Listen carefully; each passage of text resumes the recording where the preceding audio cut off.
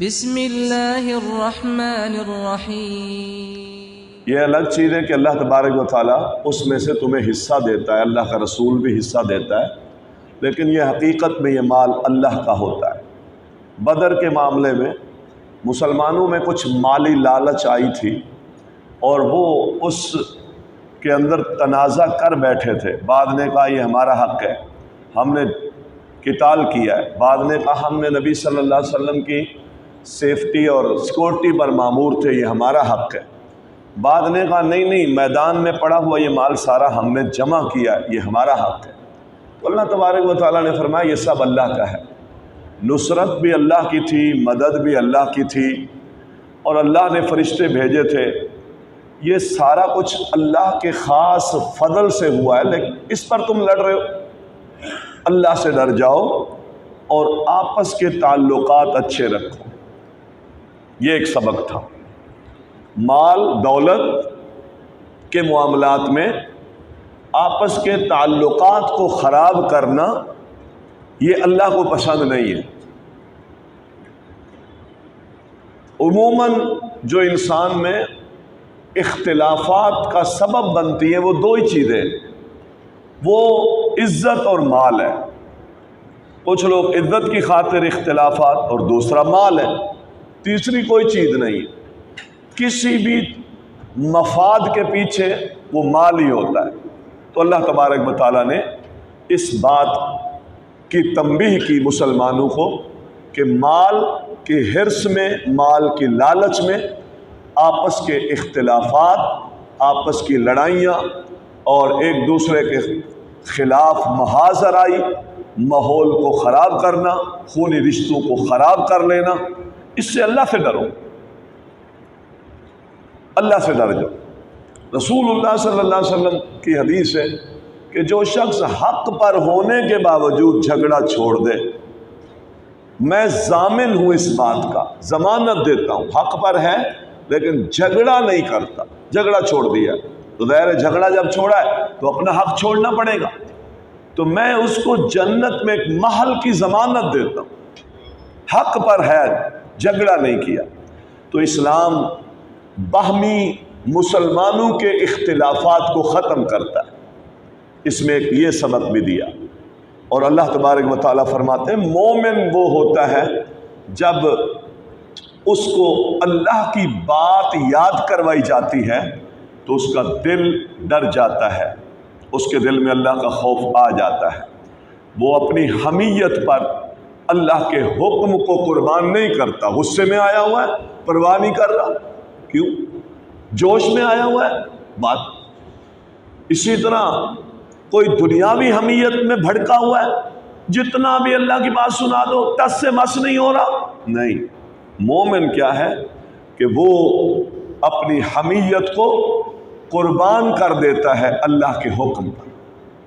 اللہ کی بات سنائی جائے تو اس کا دل ڈر جاتے ہیں، یہ مومن نمبر ایک۔ ابو بکر کو اتنی سی بات سنائی گئی کہ آپ نے مستح کا رزق رودی خرچہ بند کر دیا ہے، تو اللہ تو کہتا ہے اللہ سے ڈرو، مال والوں کو تو یہ حق ہی نہیں بنتا کہ وہ خرچے روکیں، کیا نہیں چاہتے کہ اللہ کی بخشش اس کو مل جائے؟ تو ابو بکر نے فوراً اپنی قسم کا کفارہ دیا اور اس مستح کا جو ماہانہ خرچہ جو روزمرہ کے معمول میں ان کو دیتے تھے وہ جاری کر دیا۔ حالانکہ حمیت کا مسئلہ تھا، بیٹی کا مسئلہ تھا، لیکن انہوں نے اللہ کے حکم کے سامنے سر تسلیم خم کر دیا۔ بس یہ عادت بن جائے نا تو یہ کامل ایمان کی عادت ہے کہ اللہ کا حکم ہے، بس ٹھیک ہے، بات ختم ہو۔ اب آپ تصور نہیں کر سکتے کہ اس عادت پر اللہ اپنے بندے کو کتنا نوازتا ہے۔ اس کے نام پر آپ نے چھوڑ دیا، بات ختم ہو گئی۔ اس کی بات آئی اور آپ نے اپنی خواہش چھوڑ دی، مفاد چھوڑ دیا، اپنا غصہ چھوڑ دیا، اپنی ضد چھوڑ دی، اپنی دنیاوی حمیت غیرت چھوڑ دی اللہ کے حکم کے سامنے، پھر کیا نوازتا ہے، بخشش عطا کرتا ہے۔ اگر تم چاہتے ہو اللہ تمہیں معاف کر دے تو اللہ کہتا ہے پھر تم بھی معاف کر دو۔ اللہ کو یہ کس قدر پسند ہے۔ ایک تو مومن کی فطرت یہ ہے، دوسری فطرت یہ ہے جب انہیں اللہ تعالیٰ کی باتیں سنائی جاتی ہیں تو ان کے ایمان بڑھ جاتے ہیں۔ تو یہ اللہ کے جو باتیں ہیں یا آیات ہیں، یہ کھیتی میں پانی کی طرح ہے، کھیتی میں پانی کی طرح ہے۔ تو کھیتی اگر پانی سے دور رہے یا محروم رہے تو وہ پیلی پڑ جاتی ہے، اور اگر زیادہ دور کی جائے تو پھر وہ سوکھنے لگ جاتی ہے۔ اور اگر اس کھیتی کو مسلسل پانی ملتا رہے تو یاد رکھیں، جس طرح قوموں کے عروج میں مثال دی جاتی ہے کھیتی کی، کہ کھیتی میں جتنا کام کریں گے اتنا ہی کھیتی بڑھے گی۔ قومیں ایمان پر رہیں گی، مسلم قوم ایمان پر جتنا پختہ رہے گی اتنا عروج پکڑے گی، اور جتنا ایمان میں پستی آتی جائے گی اتنا ہی وقار اور عزت میں ذلت اور پستی آتی جائے گی۔ یہ قانون ہے، یہی وجہ ہے جنہوں نے زیادہ محنتیں کی ہیں انہوں نے زیادہ عزتیں پائی ہیں، اور جنہوں نے کم محنتیں کی ہیں انہوں نے تھوڑی عزتیں پائی ہیں۔ اور جن کے اسلامی اخلاق اور اقدار مر گئے ہیں وہ قومیں موجود ہیں، حقیقت میں وہ موجود نہیں ہیں۔ قوموں کے وجود مردہ ہے، کیونکہ اخلاق اسلامی اس کا وجود ختم ہو گیا۔ تو قوموں کی اقدار زندہ رہتی ہیں، تہذیب اسلامی جب زندہ رہتی ہے، کھیتی کو پانی لگتا رہے، دیکھ بھال ہوتی رہے، جڑی بوٹیاں نکلتی رہیں، اس میں صفائی ہوتی رہے، اور اچھی نسل کا اسپرے ہوتا رہے، تو پھر وہ بڑی پھیلتی ہے، بہت پیداوار دیتی ہے۔ اللہ تعالیٰ نے مومن کی مثال یہی دی ہے۔ سنتے رہا کرو، موقع ملے پڑھتے رہا کرو، سنتے رہا کرو، تعلق رکھا کرو، واسطہ رکھا کرو۔ جب فرصتیں ہوں اور اس کے مقابلے میں دل بعض دفعہ چاہتوں والی چیزوں کی طرف مائل ہو رہے ہوں تو وہاں پر جبر کر لیا کرو۔ کوئی بات نہیں، 10 منٹ کھانا لیٹ ہو گیا تو کیا ہوا، میں نے کچھ سن لیا، کوئی بات نہیں، اگر میں 20 منٹ بعد اپنے بچوں کے پاس پہنچوں گا تو کیا ہوا، پہنچتا رہتا ہوں۔ تو اس جبر سے کیا ہوگا، اللہ کہہ رہا ہے زادتہم ایمانا، میری آیتوں میں یہ تاثیر ہے کہ تمہارا ایمان بڑھا دیں گے۔ اللہ کی آیات میں یہ تاثیر ہے، یہ قوت ہے، یہ تاثیر ہے کہ یہ آیات ایمان بڑھا دیتی ہے، اندر وہ کھولتا ہے، چینج ہوتا ہے، حتیٰ کہ اللہ کی آیات کافروں کو بھی اپنے حصار میں لے لیتی ہے۔ بھئی شیطان گھروں سے کیوں بھاگ جاتا ہے، تاثیر ہے۔ شیطان اس کی چونکہ وہ مانتا نہیں ہے، لیکن یہ اس پر تاثیر ایسی کرتی ہے جگہ چھوڑ جاتا ہے۔ وہ جو مانتا ہے اس سے مثبت پہلو سرزد ہوتے ہیں، پھر سبحان اللہ۔ جو نہیں مانتا اس سے منفی پہلو سرزد ہو۔ تاثیر تو بہرحال ہے، جو نہیں، اللہ تعالیٰ نے قرآن میں کیا کہا، یہ اللہ تعالیٰ کی کتاب ہے، یضل بہ کثیرا ویہدی بہ کثیرا۔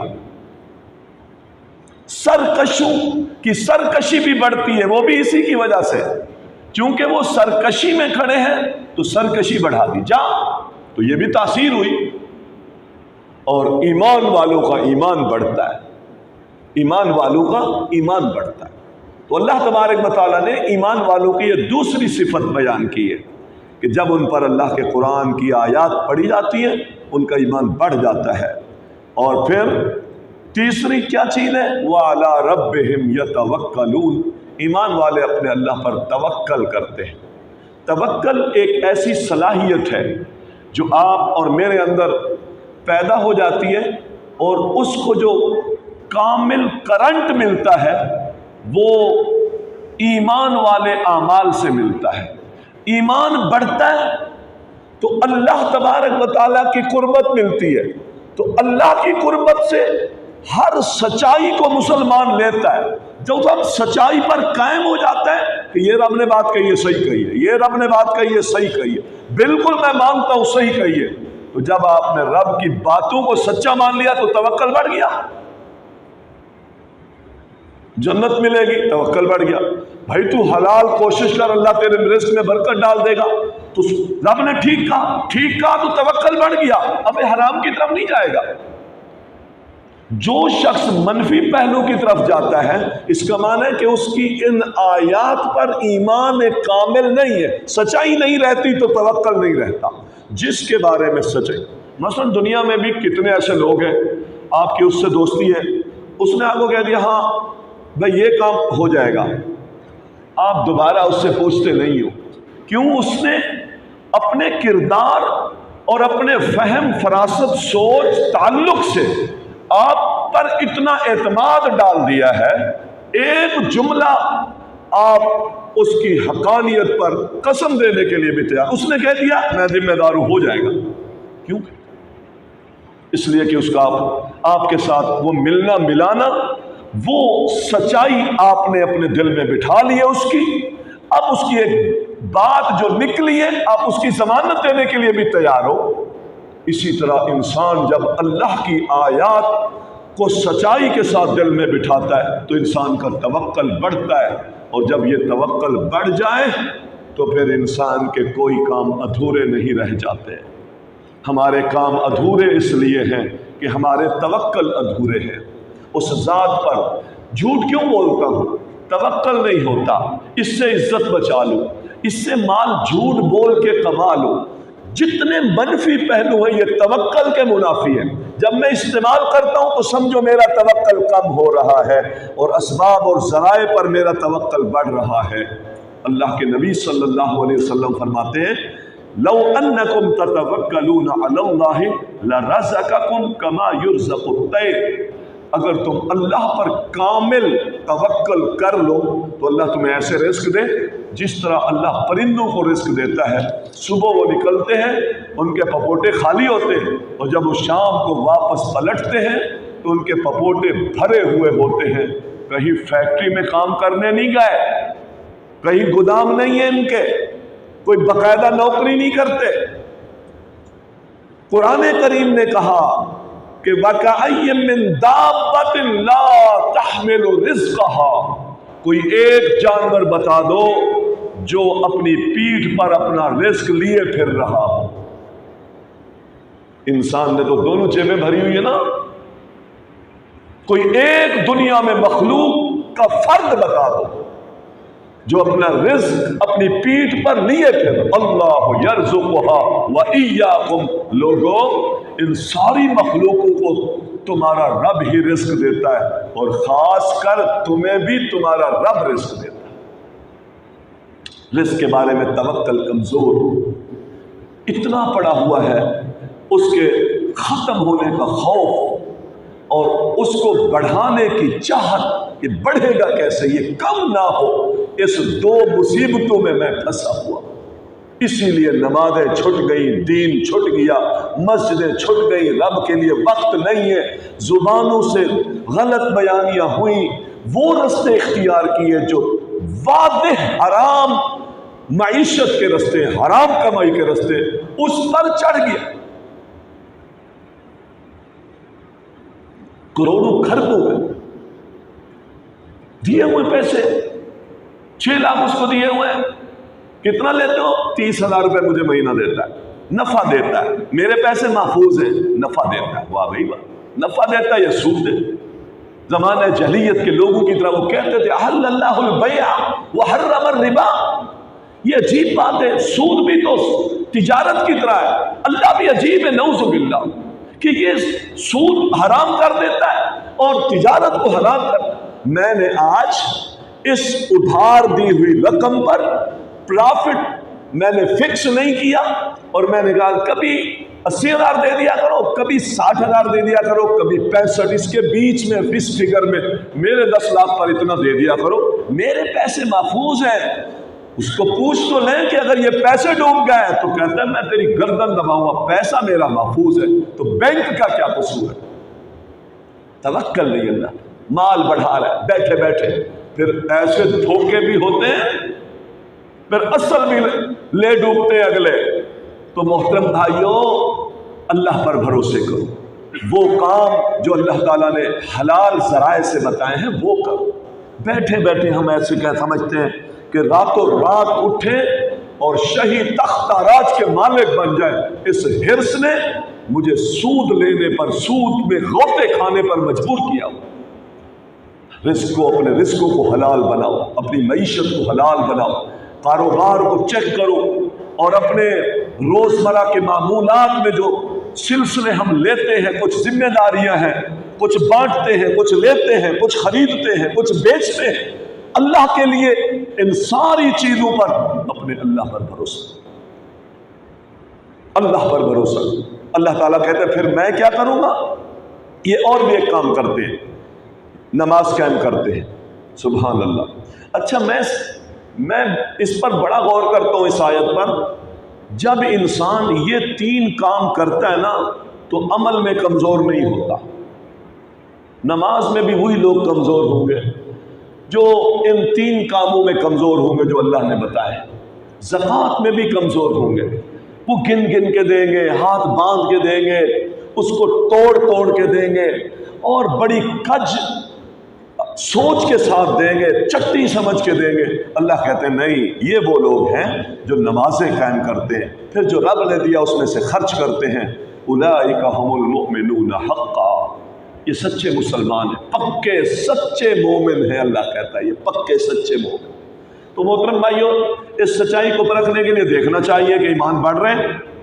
اللہ کی بات سنائی جائے تو میرے اندر تبدیلی آتی ہے، سوچ پیدا ہوتی ہے، نہیں بھائی میں ٹھیک ہو جاؤں گا، اب اپنے آپ کو ٹھیک کروں گا، یہ کوتاہی بھی دور کروں گا۔ یہ کیفیت پیدا ہو رہی ہے تو اللہ گارنٹی دے رہا ہے یہ برحق مومن ہے، تبدیلی آتی ہے اس میں۔ اور پھر اللہ کہتا ہے لہم درجات عند ربہم، اللہ کے ان کو درجے ملیں گے۔ نمبر 2، بعض لوگوں نے کہا ہے کہ جو اللہ تعالیٰ کی کتاب کو پڑھتا ہے اور اللہ پر بھروسہ کرتا ہے، اللہ تعالیٰ اسے درجے عطا کرتا ہے، اور جو شخص نماز قائم کرتا ہے اللہ تعالیٰ اسے بخشش دیتا ہے، مغفرہ، اور جو شخص اللہ کے راستے میں مال خرچ کرتا ہے اللہ اسے عزت والی روزی دیتا ہے۔ 3 چیزیں بیان ہوئی ہیں تو 3 انعام بھی بیان ہوئے ہیں۔ تو جو لوگ اللہ پر توکل کرتے ہیں اللہ انہیں درجے دیتا ہے، جو لوگ نماز قائم کرتے ہیں اللہ ان کے گناہوں کو بہت جلدی معاف کرتا ہے، اور جو لوگ اللہ کے راستے میں مال خرچ کرتے ہیں اللہ انہیں عزت کی روزیاں دیتا ہے۔ عزت کی روزی سے عمومی مراد تو یہ ہے کہ جنت، کیونکہ وہاں کوئی تھکاوٹ نہیں، وہاں کوئی ذلت نہیں، وہاں کوئی پستی نہیں، وہاں کوئی محنت نہیں ہے کہ اس کے ساتھ کمائے۔ لیکن دنیا میں بھی عزت کی روزیاں اللہ تعالیٰ اس طرح دیتا ہے کہ صاف ستھرا ماحول ہے اور حلال رزق ہے، فراوانیاں ہیں، اچھے لوگوں سے واسطہ ہے، کاروبار کرتا ہے، سیدھا سیدھا لیگل کاروبار ہے، نفع بھی اللہ بہت دیتا ہے، جھنجھٹوں سے بھی اللہ بچا کے رکھتا ہے، اور جھوٹ بھی اللہ نہیں بلواتا، اور مصیبتوں میں بھی اللہ نہیں ڈالتا، رزق وافر آ رہا ہے، جھنجھٹوں کے بغیر آ رہا ہے، تو سمجھو یہ اللہ کی رضا مندی پر رزق آ رہا ہے۔ ایسے رزق، یہ رزق کریم ہے۔ اللہ تبارک و تعالیٰ نے بدر کے مقام پر مسلمانوں پر جو اونگ نازل فرمائی، بارش نازل فرمائی، فرشتے نازل فرمائے، مسلمانوں کے دلوں کو اللہ تعالیٰ نے مضبوط کیا، اور پھر اللہ تبارک و تعالیٰ نے مشرکوں کے آنکھوں میں مومنوں کو تھوڑا کر دیا اور مومنوں کی آنکھوں میں مشرکوں کو تھوڑا کر دیا۔ یہ تھوڑا دیکھنا یہ آنکھ کا دھوکہ ہوتا ہے، یاد رکھیں، تھوڑا نظر آنا آنکھ کا دھوکہ ہوتا ہے، اور زیادہ نظر آنا بھی آنکھ کا دھوکہ ہوتا ہے، اور یہ اللہ تعالیٰ نے بدر کے موقع پر کیا ہے۔ ہماری آنکھیں دیکھ رہی ہیں تھوڑا ہے، یہ آنکھ کا دھوکہ ہے، اور چیز وہ زیادہ اچھی ہوتی ہے۔ ہماری نظر دیکھ رہی ہے کہ چیز زبردست ہے، یار یہ بڑی زبردست ہے، اللہ کہتا ہے تمہارے لیے شر ہوتا ہے۔ چیز دیکھ رہے ہو بڑی، یار مجھے تو اچھی نہیں لگ رہی، اور لے کے آتا ہے تو اس میں نفع ہوتے ہیں۔ تو اس سے مانا یہ آنکھیں کوئی فیصلہ نہیں کرتی، حقیقی فیصلے کون کرتا ہے؟ اللہ تعالیٰ۔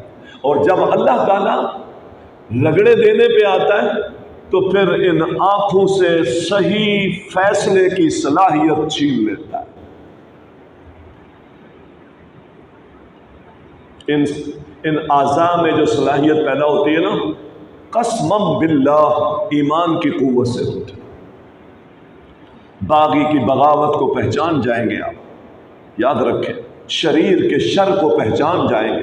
مومن کے دل میں حکمت کے باغ اگتے ہیں، آنکھوں میں نور پیدا ہوتا ہے، پھر وہ پہچانتا ہے، رب القاء کرتا ہے۔ چھوٹا سا یوسف بھائی مار رہے اور اللہ تعالیٰ دل میں باتیں ڈال رہا ہے، یوسف گھبرا نہیں۔